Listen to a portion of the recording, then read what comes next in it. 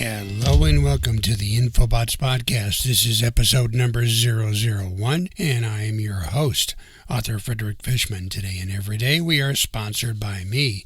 So for all of our links to my books, apparel, and gear, go to my main Infobots website at infobots.com, and that's with two T's at the end, infobotts.com. Infobots.com. You can also help us out and show us your support by visiting our Patreon page at Patreon, patreon.com/Infobots Podcast. Okay, let's get started.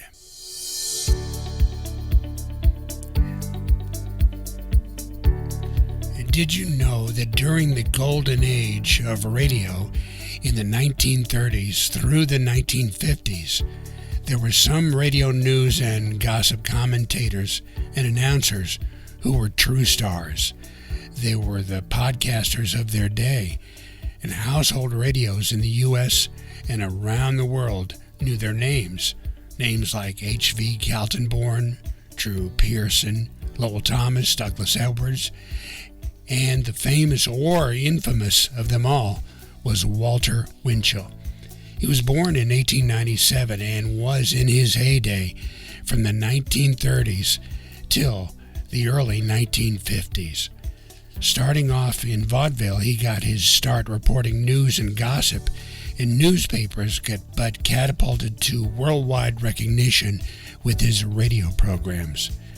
In newspapers, he was read in over 2,000 newspapers around the world with a readership of 50 million people.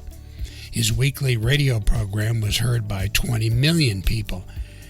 Those are huge numbers considering that during that time the U.S. population was about 135 million. It's now 335 million. One of the largest audiences now is dominated by Rush Limbaugh, who's a news commentator, and he has an audience of 25 million. But the population is more than double than that with what Walter Winchell had to work with.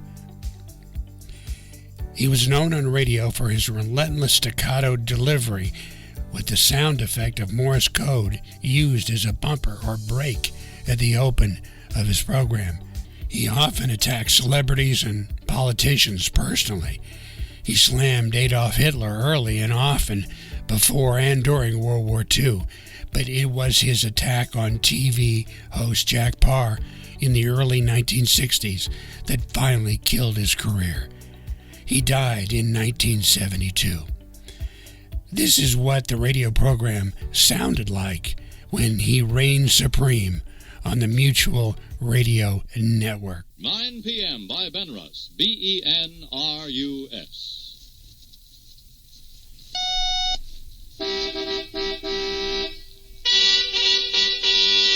That means Kaiser Frazer.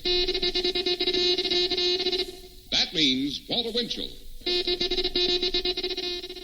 Walter Winchell is brought to you by the men who sell and service the Kaiser automobile and the Frazer. That's all. But act tomorrow, the contest closes in 2 weeks. But now, Kaiser Frazer, builder of cars that make automobile history, presents the reporter of news that makes world history. So who, what, where, when, why, from the man America listens to most, Walter Winchell. Good evening, Mr. and Mrs. North and South America, and all the ships at sea. Let's go to press. The North Pole.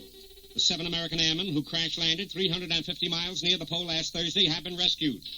Little Rock, Arkansas. 6 states hit by tornadoes over the weekend counted 28 dead and 200 injured. Pittsburgh, Pennsylvania.